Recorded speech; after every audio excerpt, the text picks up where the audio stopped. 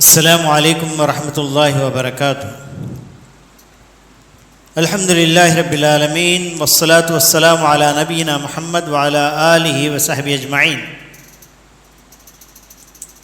محترم سامعین اور مشاہدین کرام، الحمد للہ آج ہم نے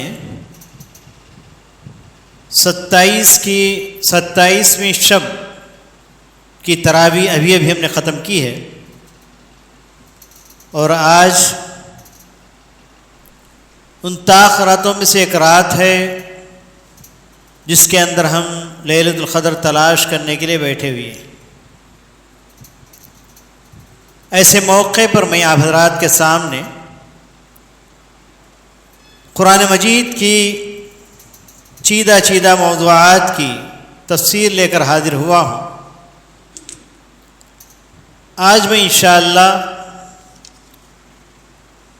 سورہ ابراہیم کے چند موضوعات، پھر اس کے بعد سورہ ہجر، آخر تک جو مناسب موضوعات ہیں ان تمام کی تفسیر میں سنانے کے لیے جا رہا ہوں۔ آئیے سورہ ابراہیم کی اس آیت سے ہم شروع کریں گے، آیت نمبر 27 یعنی 20 پر 7۔ آیت نمبر 27 میں اللہ تبارک و تعالیٰ نے ایک بہت بڑی حقیقت کو دنیا والوں کے سامنے واضح کر دیا ہے، جس کے بارے میں لوگ شکوک اور شبہات میں پڑے ہوئے ہیں۔ فرمایا اللہ تبارک تعالیٰ نے، یثبت اللہ الذین آمنوا بالقول الثابت فی الحیاۃ الدنیا وفی الآخرہ ویذل اللہ الظالمین ویفعل اللہ ما یشاء۔ اللہ تعالیٰ مومن بندوں کو صحیح بات پر ثابت قدم رکھتا ہے، دنیا میں بھی اور آخرت میں بھی، اور ظالموں کو اللہ تعالیٰ گمراہ کر دیتا ہے، اور اللہ تبارک تعالیٰ جو چاہتا ہے وہ کرتا ہے۔ اس آیت کی تشریح اور تفسیر آپ دیکھیں گے تو مفسرین کرام نے کئی احادیث یہاں پر نقل کیے ہیں، اور انہوں نے بتایا کہ یہ آیت اس حقیقت کو واضح کر رہی ہے جو حقیقت پیارے نبی صلی اللہ علیہ وسلم نے احادیث کے اندر بتایا کہ جب انسان کو اس کی قبر میں دفن کر دیا جائے گا، دفن کرنے والے وہاں سے نکلیں گے، ابھی ان کے کھڑاؤں کی آواز یا چپل کی آواز سنتا ہی رہے گا۔ ایسے میں فرشتے وہاں پر حاضر ہو جائیں گے اور اس شخص کو قبر کے اندر اٹھا کر بٹھائیں گے، پھر 3 سوالات کریں گے، اور یہی سوالات زندگی کا نتیجہ ہوگا، بلکہ آئندہ زندگی کے لیے پیش قدمی، بلکہ آئندہ زندگی کا ایک فیصلہ کن سوالات ہوں گے۔ اگر ان سوالات میں اگر کامیاب ہو گیا تو اس کے لیے جنت ہی جنت ہے، اگر ان سوالات کے اندر ناکام ہوا تو اس کے لیے جہنم ہی جہنم ہے۔ تو یہ آیت ان لوگوں کے لیے پر رد ہے جو کہتے یہ ہیں کہ قبر کے عذاب کے بارے میں، قبر کی نعمتوں کے بارے میں قرآن مجید میں تذکرہ نہیں ہے، صرف اس کا تذکرہ احادیث میں ملتا ہے۔ خاص کر کے وہ لوگ منکرین حدیث ہیں کہ ان کے راستے پر جو جانے والے ہیں انہوں نے یہ کہہ کر قبر کے عذاب و نعمتوں کو انکار کر دیا کہ قرآن مجید میں اس کا تذکرہ نہیں ہے۔ یہ وہ مقام ہے جس کے اندر قبر کے اندر سوالات کا تذکرہ ہے۔ فرمایا پیارے نبی صلی اللہ علیہ وسلم نے اسی آیت کو کوٹ کرتے ہوئے کہ اللہ تبارک و تعالیٰ فرشتوں کو بھیجے گا، فرشتے سوالات کریں گے، اور جو لوگ ایمان والے ہیں ان سوالات کے اندر اللہ تبارک و تعالیٰ ثابت قدم رکھے گا، وہ صحیح صحیح جوابات دیں گے۔ تو یثبت اللہ الذین آمنوا بالقول الثابت فی الحیات الدنیا، دنیاوی زندگی میں جس طریقے سے وہ ایمان کے اوپر ثابت قدم رہا، چاہے جتنی بھی آزمائشیں آ جائیں، جتنی بھی پریشانیاں آ جائیں، جتنی بھی اللہ کے راستے سے پھیرنے والی چیزیں آ جائیں، پھر بھی اللہ کا بندہ اللہ کے اس قول پر ثابت رہا، قول حق کے اوپر ثابت رہا، دین اسلام کے اوپر ثابت رہا، تو ایسے شخص کو اللہ تبارک تعالیٰ آخرت میں بھی ثابت قدم رکھے گا، یعنی آخرت کے اندر جو سوالات ہوں گے قبر کے اندر، ان سوالات کے اندر صحیح صحیح جوابات دے گا۔ پہلا سوال، ما دینک، یعنی من ربک، تیرا پروردگار کون ہے؟ تو اگر وہ ثابت قدم رہا دنیاوی زندگی میں تو وہاں پر جواب دیتے ہوئے کہے گا ربی اللہ، میرا پروردگار اللہ تبارک و تعالیٰ۔ پھر دوسرا سوال ہوگا کہ ما دینک، تیرا دین کیا ہے؟ تو اس کے جواب میں بندہ دین الاسلام کہے گا، میرا دین دین اسلام ہے۔ پھر اس کے بعد تیسرا سوال ہوگا من الذی بعث فیکم اے من رسولک، تم میں کون شخص ہے جو نبی بنا کر بھیجا گیا؟ تو اس کے جواب میں کہے گا محمد صلی اللہ علیہ وسلم۔ تو اگر ان تین سوالات پہ کامیاب ہو گیا تو سمجھیے کہ اس کے لیے جنت ہی جنت ہے، جنت سے اس کی کھڑکی کھل جائے گی، جنت کا بچھونا اس کو دیا جائے گا، جنت سے اس کا تعلق پیدا کر دیا جائے گا، خبر گویا جنت کی کیاریوں میں سے ایک کیاری بن جائے گی۔ اتنا اہم معاملہ، جو جنت و دوزخ کا فیصلہ کرنے والا معاملہ، اس آیت کے اندر اللہ تبارک تعالیٰ نے تذکرہ فرمایا ہے۔ اور اس کے باوجود اگر کوئی شخص قبر کے نعمت اور قبر کے عذاب کا انکار کرتا ہے تو وہ دشمن اسلام ہے، منکر اسلام ہے، منکر قرآن ہے، منکر حدیث ہی نہیں ملی، منکر قرآن بھی ہے۔ تو چلیے اس مسئلے کو ثابت کرنے کے بعد اس کے بعد کا مسئلہ آیت نمبر 35، جس کے اندر اللہ تبارک تعالیٰ نے حضرت ابراہیم علیہ السلام کا تذکرہ فرمایا ہے۔ چونکہ سورہ ابراہیم ہے، یہیں سے اس سورت کا نام لیا گیا ہے۔ فرمایا اللہ تبارک تعالیٰ نے وَإِذْ قَالَ إِبْرَاهِيمُ رَبِّ اجْعَلْ هَٰذَا الْبَلَدَ آمِنًا وَاجْنُبْنِي وَبَنِيَّ أَن نَّعْبُدَ الْأَصْنَامَ۔ اس وقت کو یاد کرو جبکہ ابراہیم علیہ السلام نے کہا اے میرے پروردگار اس شہر کو امن والا شہر بنا دے اور مجھے اور میرے بچوں کو بتوں کی عبادت سے بچا لے۔ حضرت ابراہیم علیہ السلام نے جہاں بہت سے دعائیں کی، بلد امین یعنی مکہ مکرمہ کے لیے، اتنا ہی نہیں حضرت ابراہیم علیہ السلام نے اس شہر میں رہنے والوں کے لیے بھی دعا کی۔ پھر حضرت ابراہیم علیہ السلام نے پیارے نبی صلی اللہ علیہ وسلم کے لیے بھی دعا کی، اور پیارے نبی صلی اللہ علیہ وسلم کی دعا کے بارے میں پیارے نبی صلی اللہ علیہ وسلم کہا کرتے تھے میں ابراہیم کی دعا ہوں اور عیسیٰ علیہ السلام کی پیشین گوئی ہوں۔ حضرت عیسیٰ علیہ السلام نے میرے آنے کی پیشین گوئی کی، ابراہیم علیہ السلام نے میرے بارے میں دعا کی کہ اے پروردگارہ اس امت کے اندر ہے، یہ اس شہر کے اندر ہے، یہاں کے لوگوں کے اندر تو ایک نبی کو بھیج. تو اللہ تعالیٰ نے وہ دعا قبول فرما لی. ان دعاؤں میں سے یہ ایک دعا جس کو ہم بظاہر اس کے نتائج دیکھتے ہیں وہ یہ کہ شہر امن والا شہر ہو گیا. اس زمانے سے جب کہ حضرت ابراہیم علیہ السلام نے کعبہ کی بنیاد رکھی اور آج تک، بلکہ یوں کہا جائے تو حضرت ابراہیم علیہ السلام کی بنیاد رکھنے سے پہلے حضرت آدم علیہ السلام نے کعبے کی بنیاد رکھی تھی. ان اول بیت وضع للناس للذی ببکہ، سب سے پہلا گھر اللہ کی عبادت کے لیے جس کی بنیادیں رکھی گئی وہ کعبۃ اللہ تھا. اور اس زمانے سے ابراہیم علیہ السلام کے زمانے تک وہ امن کا شہر رہا.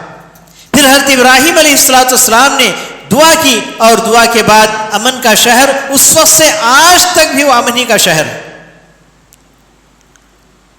اور وہاں کے امن کو مسلمان تو مسلمان، غیر مسلم بھی مانتے ہیں کہ امن والا شہر ہے، جبکہ ساری دنیا میں اتنی بڑی بڑی جنگیں ہوئی، جنگ عظیم، پہلی جنگ عظیم اور دوسری جنگ عظیم، لیکن اس کے باوجود اللہ تبارک تعالیٰ اس شہر کو ایسی جنگوں سے بچا کر رکھا اور وہ بلد امین ہے اور اللہ تبارک تعالیٰ امن کے ساتھ رکھا ہے. انشاءاللہ قیامت تک امن کے ساتھ رکھے گا.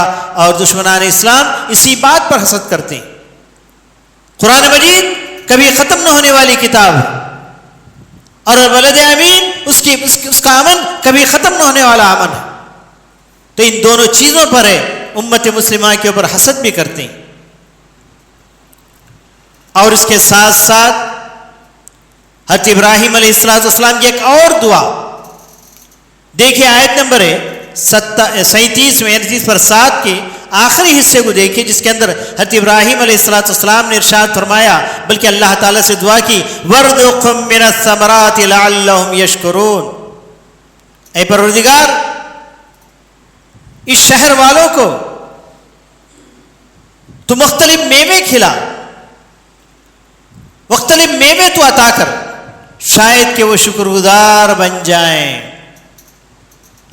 اس دعا کا نتیجہ اس زمانے میں بھی لوگوں نے دیکھا، پیارے نبی صلی اللہ علیہ وسلم کے زمانے میں بھی دیکھا، اس کے بعد بھی دیکھا، اور آج تو بڑے ہی اچھے پیمانے پر، واضح پیمانے پر اس دعا کا نتیجہ ہم دیکھ رہے ہیں. وہ اس طرح کہ وہ بلد حرام جو چاروں طرف ریگستان ہی ریگستان ہے، وہاں پر درختوں اور باغات کا بہت دور دور تک کوئی نام و نشان نہیں، اس کے باوجود اللہ تبارک تعالیٰ ہر قسم کا پھل ہر موسم میں اللہ تبارک تعالیٰ انہیں کھلا رہا. یہ حضرت ابراہیم علیہ السلام کی دعا کا نتیجہ ہے.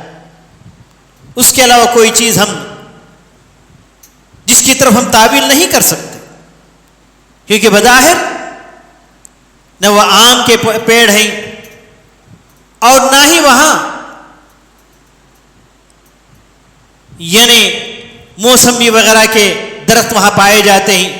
بڑی مشکل سے طائف میں کچھ انگور کے، مدینے میں کچھ کھجور اور انگور کے درخت ہم دیکھ سکتے ہیں، لیکن اس کے باوجود دنیا کا ہر پھل وہاں پر اللہ یجبی الیہ یعنی اس طرف لائے جاتے ہیں.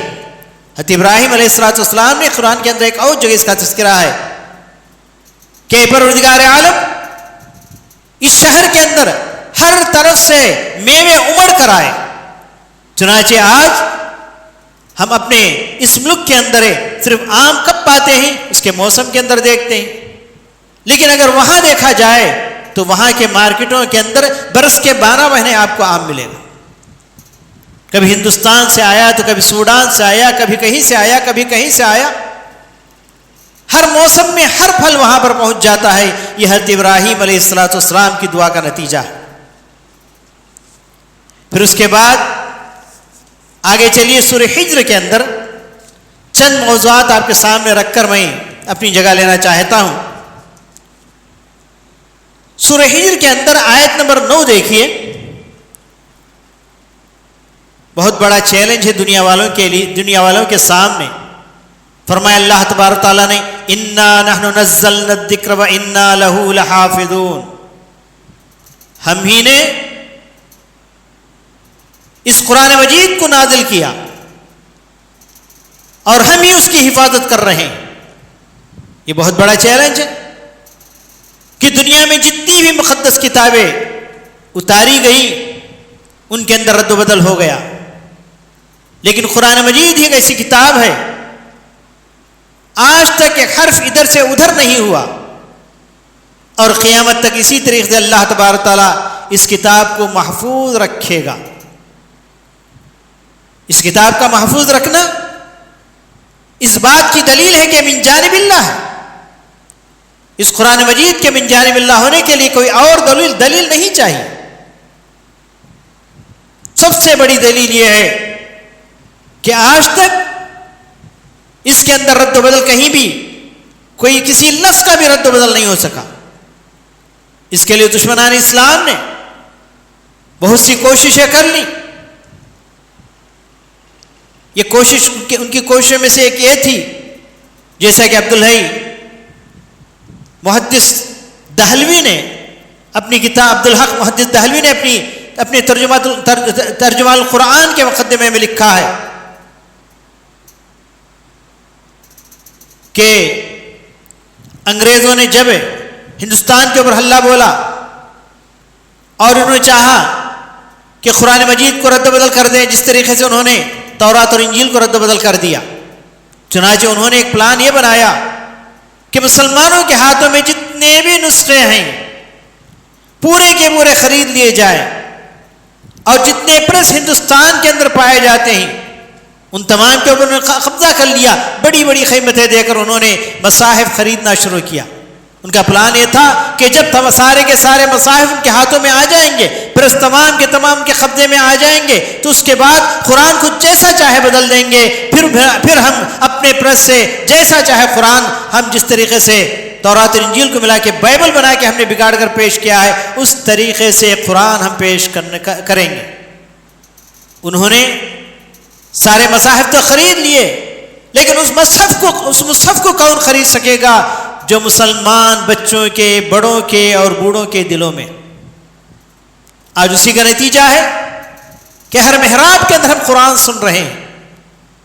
آج اسی کا نتیجہ ہے کہ اس پلان کے اندر وہ سارے کے سارے فیل ہو گئے، اس لیے کہ اگر کوئی غلط قرآن ہم پیش کریں گے تو اس کے مقابلے میں حافظ ایک بچہ اگر کہے گا کہ یہاں پر اس قرآن کے اندر غلطی ہے، یہاں پر اس مصحف کے اندر غلطی ہے، تو اللہ تبارک تعالیٰ اس قرآن مجید کی حفاظت فرمائی۔ لوگوں کے سینوں میں اللہ تبارک تعالیٰ نے اس قرآن مجید کی حفاظت فرمائی، قرآن مجید کے سطور میں، اور اس کو نازل کیا تو بڑے اہتمام کے ساتھ نازل کیا۔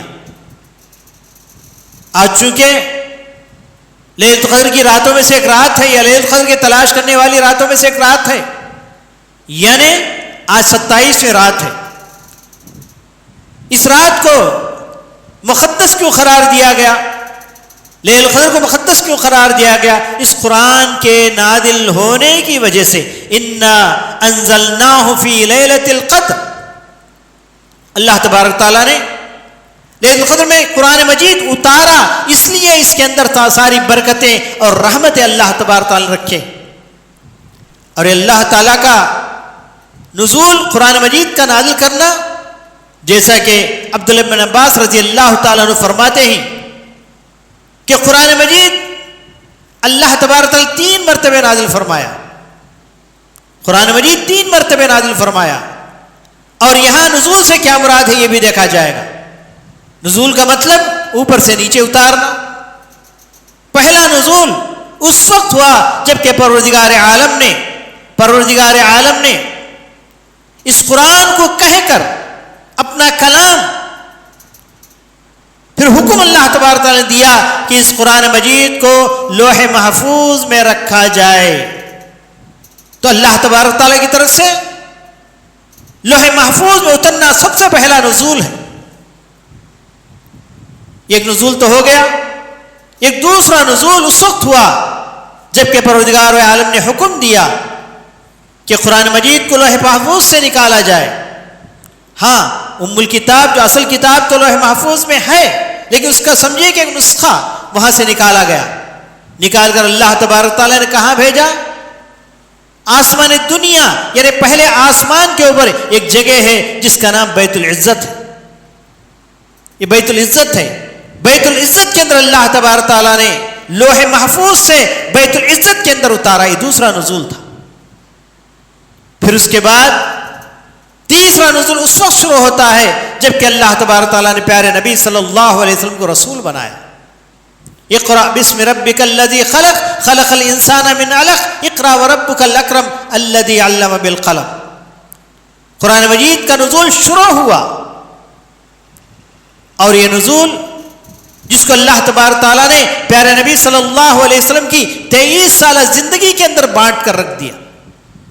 یہ تیسرا نزول یہ ایک ساتھ نہیں ہوا بلکہ مختلف حالات میں اور مختلف مناسبات میں اور مختلف اوقات میں کبھی کوئی کچھ آیتیں کبھی کوئی سورت, اس طریقے سے اللہ تبارک تعالیٰ نے پورے قرآن مجید کو نازل فرمایا.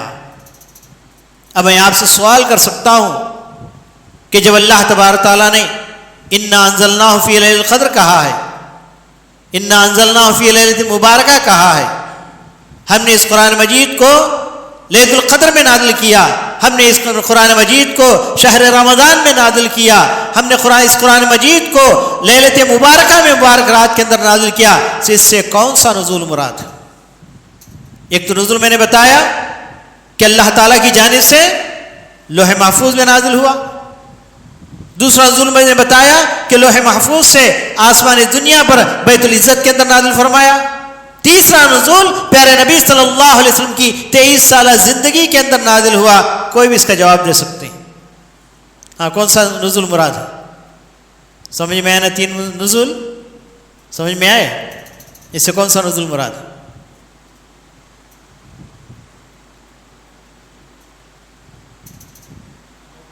ہاں جی, ادھر سے بھی آ سکتا ہے جواب, خواتین کی طرف سے بھی. ہاں جی جی, اللہ کے نبی صلی اللہ علیہ وسلم پہ جو اترا ہے وہ ہے, وہ تو پورے 23 سال زندگی میں نازل ہوا. ہاں, 23 سال زندگی میں نازل ہوا. تو کبھی رمضان میں, کبھی غیر رمضان میں, کبھی محرم میں, کبھی ذی الحجہ میں, کبھی حج کے موقع پر نازل ہوا. تو پھر یعنی لیلۃ القدر میں کیسے نازل ہو گئے کہہ سکیں گے آپ؟ ہاں بتائیے, اب تو بات سمجھ میں آئی؟ ہاں, دوسرا نزول مراد ہے. بیک وقت اللہ تبارک تعالیٰ نے اس قرآن مجید کو کہاں سے کہاں نازل کیا؟ لوح محفوظ سے بیت العزت آسمان دنیا یعنی پہلے آسمان کے اوپر نازل کیا. یہی نزول مراد ہے. ورنہ پہلا یعنی جو تیسرا نزول ہے اس کی ابتدا تو غالباً رمضان کی کوئی دوسری رات پہ نازل ہوا تھا. وہ ایک آیت تھی, پورا قرآن مجید تو نہیں تھا. قرآن مجید تو پورا 17 رمضان یا اس طریقے سے کوئی رمضان تھا, وہ تو واضح ہے, اس کے بارے میں شک و شبہ نہیں ہے. لیکن اللہ تبارک تعالیٰ نے یہ جو رات ہے جو متعین کی ہے, جو برکتوں والی رات ہے, اس سے مراد وہ رات ہے جب کہ اللہ تبارک تعالیٰ نے لوح محفوظ سے بیت العزت پر اللہ تبارک تعالیٰ نے بیک وقت قرآن مجید کو نازل کیا. وہی نزول یہاں پر مراد ہے. تب انشاءاللہ بھولیں گے نہیں نا؟ عام تر لوگوں کے ذہنوں میں یہ غلط فہمی بیٹھی ہوئی ہے کہ قرآن مجید نازل کرنے سے مراد یہاں پر اللہ تعالیٰ نے پیارے نبی صلی اللہ علیہ وسلم پر نازل کر دیا تھا اور پورا قرآن مجید نازل. ایسے تو اللہ تعالیٰ قرآن مجید نازل نہیں کیا, بلکہ پورے 23 سالہ زندگی کے اندر نازل کیا, اور وہ مختلف اوقات میں اور مختلف مہینوں کے اندر نازل ہوا. تو یہ ہے مراد, اس کو ہمیشہ ہم اپنے ذہنوں میں رکھنا چاہیے. انا نحن نزلنا الذکر و انا لہ لحافظون. اور یہاں پر ذکر سے مراد قرآن مجید ہے, اور بعض مفسرین نے کہا ذکر سے مراد قرآن و حدیث دونوں ہیں. قرآن حدیث دونوں ہیں, جیسا کہ ابن حزم رحمۃ اللہ علیہ نے کہا ہے کہ اللہ تبارک تعالیٰ ذکر کا لفظ قرآن مجید کے بھی استعمال کیا ہے اور حدیث کے لیے بھی استعمال کیا ہے, اس لیے مشترکہ لفظ اللہ تعالیٰ نے یہاں پر ذکر کیا. ورنہ اللہ تعالیٰ کو اگر قرآن مجید ہی مراد ہو تو کہنا چاہیے تھا انا نحن نزلنا القرآن. ذکر کہا, ذکر کو اللہ تبارک تعالیٰ یعنی حدیث کو بھی ذکر کہا ہے, قرآن کو بھی ذکر کہا ہے. یعنی جس طریقے سے اللہ تبارک تعالیٰ نے قرآن مجید کی حفاظت فرمائی, بالکل اسی طریقے سے اللہ تبارک تعالیٰ نے احادیث کی حفاظت فرمائی. اور یہ حقیقت ہے کہ غلط اور سلط، جھوٹی حدیثیں اور صحیح حدیثیں، اور مرفوع اور غیر مرفوع، ساری چیزوں کو پانی کا پانی دودھ کا دودھ کر کے محدثین نے رکھ دیا، اور پھر صحیح احادیث کا مجموعہ ہمارے سامنے آ چکا ہے۔ تو اس طریقے سے اللہ تبارک تعالیٰ نے قرآن مجید کی حفاظت فرمائی، احادیث کی حفاظت فرمائی، اور قرآن اور حدیث کو حفاظت کرنے والوں کی بھی اللہ تبارک تعالیٰ حفاظت فرمائی، اور اس کی وجہ سے باقی جتنی بھی شریعت کے احکام ہیں تمام کے بھی اللہ تبارک نے حفاظت فرمائی۔ تو اس طریقے سے یہ محفوظ دین ہے، دین اسلام کی ایک خصوصیت ہے، اور اس خصوصیت کی بنا پر ہم دین اسلام کی طرف بلاتے ہیں اور چیلنج کرتے ہیں کہ وہ دین ہے جو کبھی مٹے گا نہیں، یہ وہ دین ہے کبھی اس کے اندر تبدیلی نہیں آ سکتی، یہ وہ دین ہے من جانب اللہ ہے، اسی وجہ سے اس دین کی طرف ہم بلا رہے ہیں، اور یہی دین دعوت دیے جانے کا حق رکھتا ہے، اس کے علاوہ کوئی دین دنیا کے اندر دعوت دیے جانے کا حق نہیں رکھتا، اس لیے کہ وہ دین من جانب اللہ نہیں ہے۔ پھر آگے بڑھیے، اللہ تبارک تعالیٰ نے سورہ ہجر کی آیت نمبر 22 کے اندر بھی ایک اہم بات بتائی، آیت نمبر 22 یعنی 20/2، اس کے اندر اللہ تبارک تعالیٰ نے وَأَرْسَلْنَا الرِّيحَ لَوَاقِحَ فَأَنزَلْنَا مِنَ السَّمَاءِ مَاءً فَأَسْقَيْنَاكُمُوهُ وَمَا أَنْتُمْ لَهُ بِخَازِنِينَ۔ فرمایا اللہ تبارک تعالیٰ نے ہم نے ہوا کو بھیجا، اور وہ ہوا بھری بھری نتیجہ خیز تھی، نتیجہ خیز ہے، اور ہم نے آسمان کے سے پانی کو برسایا، اور اس کے ذریعے تمہیں ہم نے سیراب فرمایا۔ وَمَا أَنْتُمْ لَهُ بِخَازِنِينَ، تو تم لوگ اس پانی کی حفاظت کرنے والے نہیں تھے، ہم نے حفاظت فرمائی۔ اور یہ بھی عجیب و غریب اللہ تبارک تعالیٰ نظام ہے۔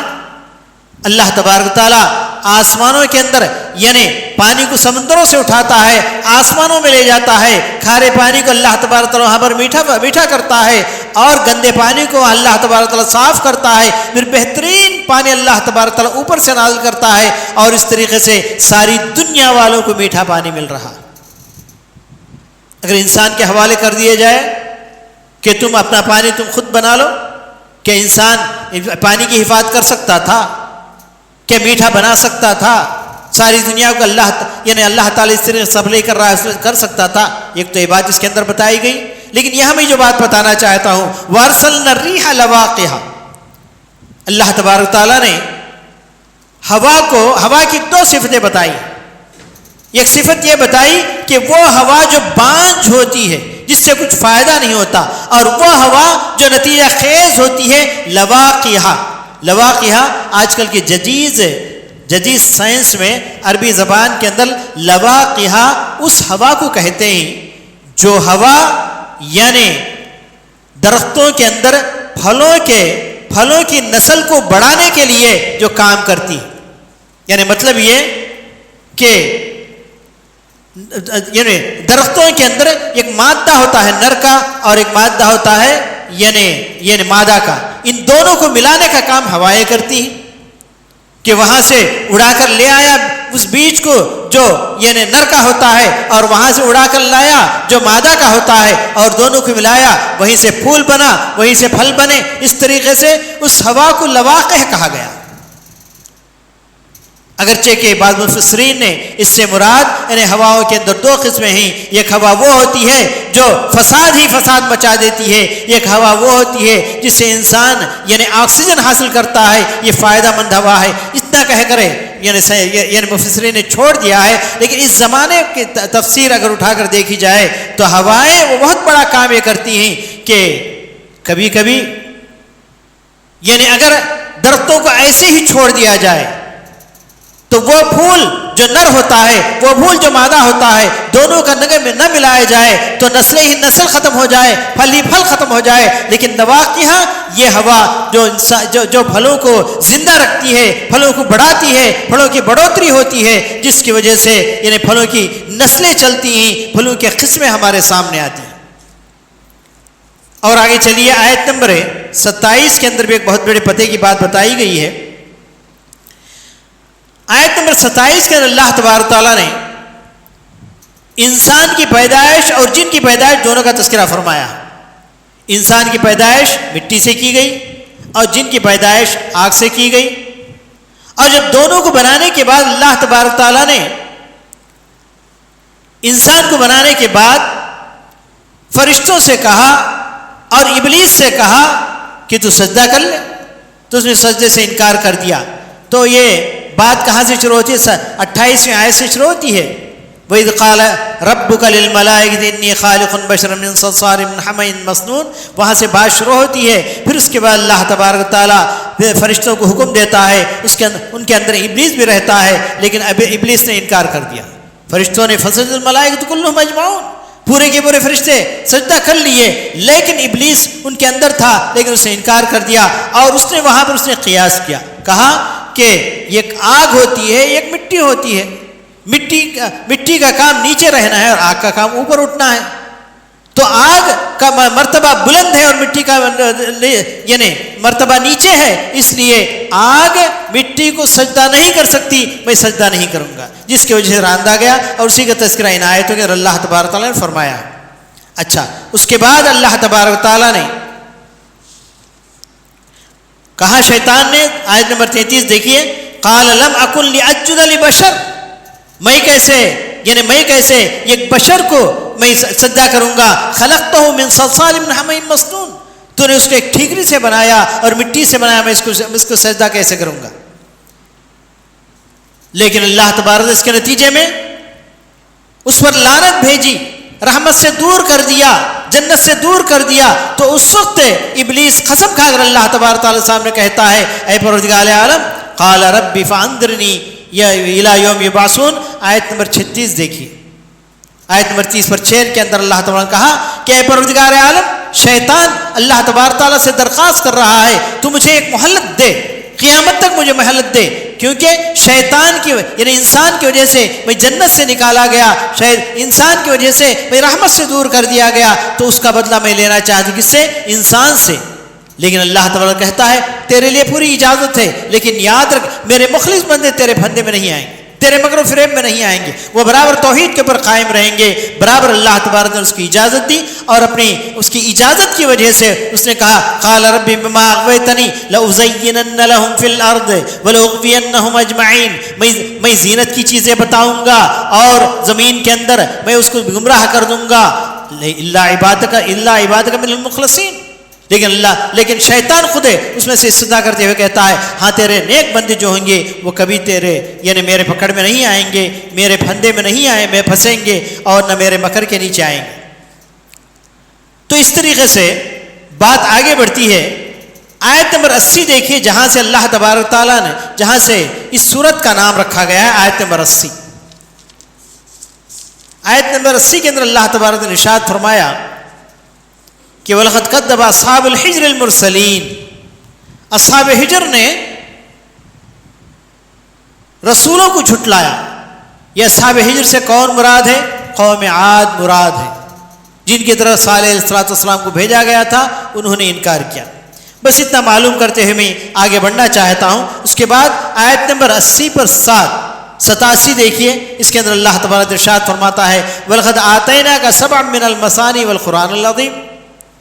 یہ اللہ تبارک تعالیٰ ایک بہت بڑی بات کا ذکر کیا. فرمایا ہم نے اے محمد صلی اللہ علیہ وسلم 7 آیتیں بار بار دہرائی جانے والی ہم نے تم کو عطا کی. اس سے کیا مراد ہے؟ مفسرین نے کہا کہ اس سے مراد وہ بڑی بڑی صورتیں ہی، سورہ بقرہ سے لے کر یہ سورہ آل عمران 1 2 3 4 5 6 7 ہے، جو بڑی بڑی صورتیں ہیں وہ صورتیں مراد. لیکن وہ صورتیں مراد لینے والے یہ نہیں کہہ سکتے کہ یہ صورتیں بار بار پڑھی جانے والی کیسے بن سکتی. تو اس لیے دوسرا قول زیادہ مناسب لگتا ہے. دوسرا قول مفسرین کا یہ ہے 7 من المثانی سے مراد وہ آیتیں جو بار بار پڑھی جانے والی 7 آیتیں. دیکھا گیا تو سورہ فاتحہ، سورہ فاتحہ کے اندر اللہ تبارک تعالیٰ نے 7 آیتیں نازل فرمائی، اور 7 آیتیں بار بار پڑھی جاتی ہیں، ہر نماز کے اندر پڑھی جاتی ہیں، ہر نماز کے ہر رکعت کے اندر پڑھی جاتی ہیں. اس لیے 7 من المثانی کہا. والقرآن العظیم یعنی وہ سورج جیسے ہی ختم ہوتی پورا قرآن مجید ہمارے سامنے ہے. اللہ تعالیٰ نے 7 آیتیں بار بار پڑھی جانے والی عطا فرمائی اور اس کے علاوہ پورا قرآن مجید اللہ تعالیٰ نے پیارے نبی صلی اللہ علیہ وسلم کو عطا کیا. اور اس کے بعد آیت نمبر 94 نوت پر 4 دیکھیے. فاصدع بما تؤمر واعرض عن المشرکین. پیارے نبی صلی اللہ علیہ وسلم کی دعوت کو سیرت نگاروں نے 3 حصوں میں تقسیم کیا. سب سے پہلی دعوت پیارے نبی صلی اللہ علیہ وسلم کی اپنے بیوی محترمہ کے لیے تھی. جس وقت اقرا بسم ربک الذی خلق نام کی آیت نازل ہوئی تو اس آیت کو لے کر پیارے نبی صلی اللہ علیہ وسلم کہاں آئے تھے؟ حضرت خدیجہ رضی اللہ تعالیٰ عنہ کے پاس آئے تھے. حضرت خدیجہ رضی اللہ عنہ نے آپ کو تسلی دی تھی. تو آپ کی دعوت صرف خدیجہ رضی اللہ تعالیٰ عنہ کے پاس تھی، بلکہ آپ ہی سے مخاطب تھے. حضرت خدیجہ رضی اللہ تعالیٰ نے ایمان لے آئی. پھر اس کے بعد دوسرا حکم اللہ تبارک تعالیٰ نے یہ نازل فرمایا کہ وَأَنذِرْ عَشِيرَتَكَ الْأَقْرَبِينَ. اے محمد صلی اللہ علیہ وسلم اپنے قریبی رشتہ دار جتنے بھی ہیں ان تمام کو جمع کر کے انہیں اللہ تعالیٰ کی طرف بلاؤ. چنانچہ پیارے نبی صلی اللہ علیہ وسلم نے بنو ہاشم کے جتنے بھی لوگ تھے، جتنے قبائل تھے، جتنے خاندان تھے، تمام کو جمع کیا اور اس کے اندر دعوت کی بات رکھی، توحید کی بات رکھی. ان میں سے ایک شخص، ایک بچہ مسلمان ہوا تھا، وہ تھے حضرت علی رضی اللہ تعالیٰ. پھر اس کے بعد تیسرا حکم اللہ تبارک تعالیٰ نازل فرمایا یعنی فاصدع بما تؤمر واعرض عن المشرکین. یہی وہ آیت ہے جس کے اندر نبی کریم صلی اللہ علیہ وسلم کہا گیا اے محمد صلی اللہ علیہ وسلم کب تک اپنے دعوت کو چھپا کر رکھو گے اور کب تک سری دعوت کے اندر رہو گے؟ اب وہ وقت آ گیا ہے، یہ علی الاعلان ساری دنیا تک یہ دعوت پہنچنا ہے. تو اس وقت جو سوشل میڈیا نبی کریم صلی اللہ علیہ وسلم نے جو استعمال کیا اس زمانے کا یعنی صفا پہاڑی تھی. صفا پہاڑی جس کے اوپر مکے والے اگر کوئی اہم معاملہ آیا تو اس کے اوپر چڑھتے تھے، چڑھ کر پورے طور پر ننگے ہو جاتے. اس پہاڑ پر چڑھنے والا پورے طور پر ننگا ہو جاتا اور پکار اٹھتا تھا کہ انا النذیر العریان، انا النذیر العریان، میں ننگا ڈرانے والا ہوں، میں ننگا ڈرانے والا ہوں. جب یہ الفاظ مکے والے سنتے تو پورے اکٹھا ہو جاتے تھے. بڑا اہم معاملہ ہوتا تھا، اس اہم معاملے کو سننے کے لیے جگہ جمع ہو جاتے تھے. یہ اس زمانے کا سوشل میڈیا تھا. تو اللہ تبارک تعالیٰ نے پیارے نبی صلی اللہ علیہ وسلم کے دل میں بات ڈالی کہ اسی سوشل میڈیا کو تم استعمال کرو. تو اللہ کے رسول صلی اللہ علیہ وسلم بھی پہاڑی پر چڑھ گئے اور یہی ندا دی انا النذیر العریان. لوگ سمجھتے تھے کہ یہ محمد جو یہ کہ دوشی سے بھی زیادہ یعنی شرم کرنے والا اور شرم و حیا کا پیکر، یہ کیسے ننگا ہو سکتا ہے. لوگ بھاگ کر آئے دیکھنے کے لیے محمد صلی اللہ علیہ وسلم کیسے ننگے ہو گئے. انا النذیر العریان کہا کہ انا نذیر العریان سے مراد میں ننگا ڈرانے والا نہیں ہوں، میں کھلا ڈرانے والا ہوں. یعنی عریان کے 2 معنی ہیں، ایک تو ننگا ہو جانا اور دوسرے کھلے طور پر ڈرانا. میں کھلا ڈرانے والا ہوں. پیارے نبی صلی اللہ علیہ وسلم پورے لباس کے اندر تھے. انا نذیر العریان کا نعرہ لگایا، سارے کے سارے لوگ جمع ہو گئے تھے. اس کے اندر اللہ تبارک حکم دیا فاصدع بما تؤمر. اے محمد صلی اللہ علیہ وسلم علی الاعلان یہ پیغام سنا دیجئے بما تؤمر، جس بات کا تمہیں حکم دیا جا رہا ہے. واعرض المشرکین، مشرکین سے اب ڈرنے کی ضرورت نہیں ہے، مشرکین سے اعراض کیجئے، بات کو پہنچا دیجئے. چنانچہ پیارے نبی صلی اللہ علیہ وسلم اس پہاڑ کے اوپر کھڑے ہو کر ڈرایا جس کو پہاڑی کا واس کے نام سے سیرت نگاروں نے لکھا ہے. پیارے نبی صلی اللہ علیہ وسلم نے فرمایا کہ دیکھو اے مکہ والو، مجھے تم کیا سمجھتے ہو؟ مجھے جھوٹا سمجھتے ہو کیا سچا؟ تمام نے ایک آواز ہو کر کہا اے محمد صلی اللہ علیہ وسلم تمہارے اوپر ہم نے کبھی بھی جھوٹ کو آزمایا نہیں، تم ایک سچے ہیں اور امانت دار ہیں. جب مجھے سچا اور امانت دار سمجھتے ہیں تو دیکھو میں اس چوٹی پر کھڑا ہوں پہاڑ کے، تم میرے سامنے بیٹھے ہوئے ہو، میرے سامنے ٹھہرے ہوئے ہو، میں پہاڑ کے اس طرف بھی دیکھ رہا ہوں، اس طرف بھی دیکھ رہا ہوں. اگر میں یہ کہہ دوں کہ پیچھے سے ایک بہت بڑا لشکر آ رہا ہے جو مکے والوں پر حملہ کرنے والا ہے، تم اس کے لیے تیار ہو جاؤ اس کا مقابلہ کرنے کے لیے، تو کیا میری بات کو تم سچ سمجھو گے؟ تو کہا، سب نے کہا کہ تمہیں سچا ہی سمجھیں گے، اس لیے کہ آپ نے سچ کے علاوہ کچھ نہیں کہا. پھر اس کے بعد کہا دیکھو میں بتا رہا ہوں یہ دنیا ختم ہونے والی ہے، اللہ تبارک تعالیٰ کے پاس سب کو حاضر ہونا ہے. اللہ تبارک تعالیٰ نے تمہیں پیدا کیا ہے، اس کی توحید کو ماننے کے لیے کہا ہے اور اسی کی عبادت کرنے کے لیے کہا ہے، شرک سے بچنے کے لیے کہا ہے، اس سے تم بچ جاؤ. یہ کہنا تھا کہ لوگ واویلا کرنے لگے. اس میں ابو لہب آگے آگے تھا. تب لک یا محمد الہذا جماعتنا، اے محمد تمہاری بربادی ہو، تم نے کیا اسی معمولی کام کے لیے ہمیں جمع کیا؟ ہم تو سمجھ رہے تھے کوئی قافلہ آ گیا ہے تجارت کا، اور بڑے یعنی تجارت کی باتیں کریں گے، ہم فلاں کریں گے فلاں کریں گے، دنیاوی معلومات حاصل کریں گے. لیکن تم نے تو ایک عجیب و غریب بات کر دی. لیکن اللہ تبارک تعالیٰ کو بہت غصہ آیا ابو لہب کے اسے جملے پر. اللہ تبارک تعالیٰ نے پوری سورت ہی نازل فرما دی. تبت یدا ابی لہب و تب، برباد ہو جائے ابو لہب کے ہاتھ. اس طریقے سے اس کے اوپر لعنت بھیجی گئی.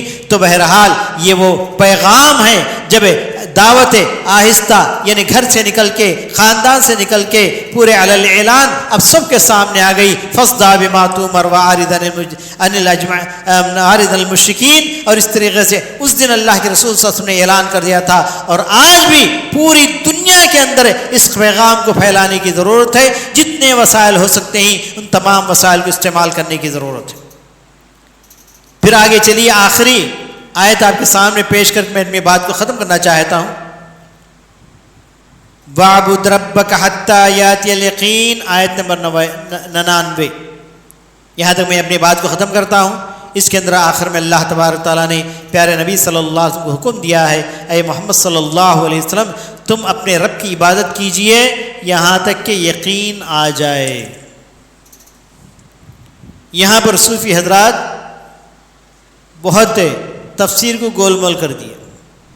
کہا کہ یقین آ جائے تو عبادت ختم. جب صوفیوں سے کہا جاتا کہ تم نمازیں کیوں نہیں پڑھتے ہو، تم روزے کیوں نہیں رکھتے ہو، تم یعنی حج کے لیے کیوں نہیں جاتے ہو، تو کہتے کہ ہم یقین آ گیا. یقین نہیں تھا اس لیے ہم کرتے تھے. جب یقین آ گیا اللہ تعالیٰ پر اور دین اسلام کے سچے ہونے پر، یقین آ گیا، بات ختم.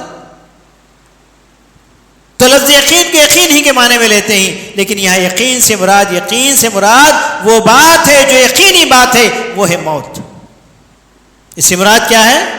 پورے صحابہ رضوان اللہ علیہم اجمعین نے اس کے اوپر اجماع کیا ہے، پورے مفسرین نے اس کے اوپر اجماع کیا ہے. یہاں یقین سے مراد کیا ہے؟ موت ہے. موت کو اللہ تبارک نے قرآن مجید کے اندر یقین کہا. اگر کوئی کسی زمانے میں مانے یا نہ مانے، اس زمانے تو ماننا پڑے گا کہ موت یقینی ہے. موت یقینی ہے، اس کے اندر دو رائے نہیں ہے. تو یہاں پر اس سے مراد یقین، اس کا مطلب یہ کہ موت کبھی بھی آ سکتی ہے. اس وقت تک ہمیں اللہ تعالیٰ کی عبادت میں مگن رہنا پڑے گا، بلکہ اللہ تبارک تعالیٰ کے ساتھ ہم پورے طور پر جو عہد ہم کر کے آئے ہیں اس عہد کے اوپر ہم برابر باقی رہنا پڑے گا. اس لیے کہ یقین کبھی بھی آ سکتا ہے، یعنی یقین سے مراد موت کبھی بھی آ سکتی ہے.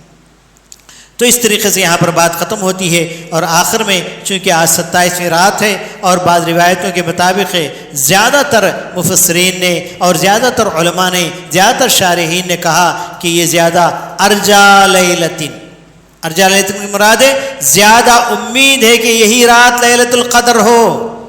ارجا لیلتن کہا ہے تو اس لیے آج کی اس رات کے اندر ایک لمحہ بھی ضائع کیے بغیر اللہ تبارک تعالیٰ کی عبادت کے اندر مصروف رہے اور اللہ تبارک تعالیٰ کو منوا کر اٹھے. کیونکہ ہم ان دنوں کے اندر خاص کر کے اللہ تبارک تعالیٰ جو غضبناک ہو گیا ہے اس کے غصے کو ٹھنڈا کرنے کے لیے ہم یعنی ہر قسم کی عبادت کر رہے ہیں. آج الحمدللہ جس طریقے سے پیارے نبی صلی اللہ علیہ وسلم رمضان کے اندر زیادہ صدقہ اور خیرات دیتے تھے، بلکہ آخری عشرے میں زیادہ صدقات اور خیرات دیتے تھے، اس وقت زیادہ صدقہ اور خیرات دیتے تھے جب جبرائیل علیہ السلام ان سے ملنے کے لیے آتے تھے، قرآن پڑھنے اور پڑھانے کے لیے آتے تھے. تو اس طریقے سے الحمدللہ آج بہت سے مسلمانوں نے صدقہ اور خیرات کو عام کر دیا ہے. زکوٰۃ نکال کر چاروں طرف بانٹ رہے ہیں، غریبوں میں بٹ رہا ہے. اور اس چیز کو جاری و ساری رکھنا چاہیے. ساتھ ساتھ ایک بات کا خیال رکھنا چاہیے کہ ہم ان راتیں ختم ہونے سے پہلے اللہ تعالیٰ کو منوا لیں، اللہ تعالیٰ کو راضی کر لیں. اے پروردگار ہم نے جو کچھ کیا لیکن تیرے بندے ہیں. ان تعذب فإنهم عبادک، اے پروردگار جو عذاب کے اندر مبتلا ہو رہے ہیں، جن کو عذاب کا مستحق سمجھتا ہے لیکن وہ بھی تیرے بندے ہیں. کیونکہ انسان دو قسم کے ہیں، ایک تو اللہ کے فرما بردار ہیں، دوسرے نافرمان ہیں. اللہ تعالیٰ فرما برداروں کے اوپر بھی یعنی مصیبت لایا ہے اور جو نافرمان ہیں ان کے اوپر مصیبت ہے. اے اللہ نافرمانوں کی نافرمانی کی وجہ سے اگر یہ مصیبت لایا ہے تو اے پروردگار عالم تو یاد رکھ تو یاد رکھ وہ فَإِن تُعَذِّبْهُمْ فَإِنَّهُمْ عِبَادُكَ، اے اللہ تو انہیں عذاب دیتا ہے تو آخر تیرے ہی بندے ہی تجھے چھوڑ کر کہاں جائیں گے؟ تجھے مانے یا نہ مانے، تجھے بلائے یا نہ بلانے، تجھے پکارے یا نہ پکارے، اے پروردگار تیرے ہی بندے ہی، تو ان کے اوپر رحم فرما۔ اگر انہیں تو معاف کرے تو بڑا زبردست ہے اور حکمت والا ہے، تو ہم یہی توقع رکھیں گے اے اللہ تو معاف کر دے گا، تمام بندوں کو معاف کر دے گا اور تیرا غصہ ٹھنڈا ہو جائے گا، اور تو یہ بیماری جو چاروں طرف یہ وائرس جو ساری دنیا کو اپنے لپیٹ میں لیا ہوا ہے، اے پروردگار اس کو اٹھا کر تمام کو امن و عافیت کے اندر لے آئے گا۔ ربنا تقبل منا انک انت السمیع العلیم وتب علینا انک انت التواب الرحیم، وآخر دعوانا الحمد للہ رب العالمین۔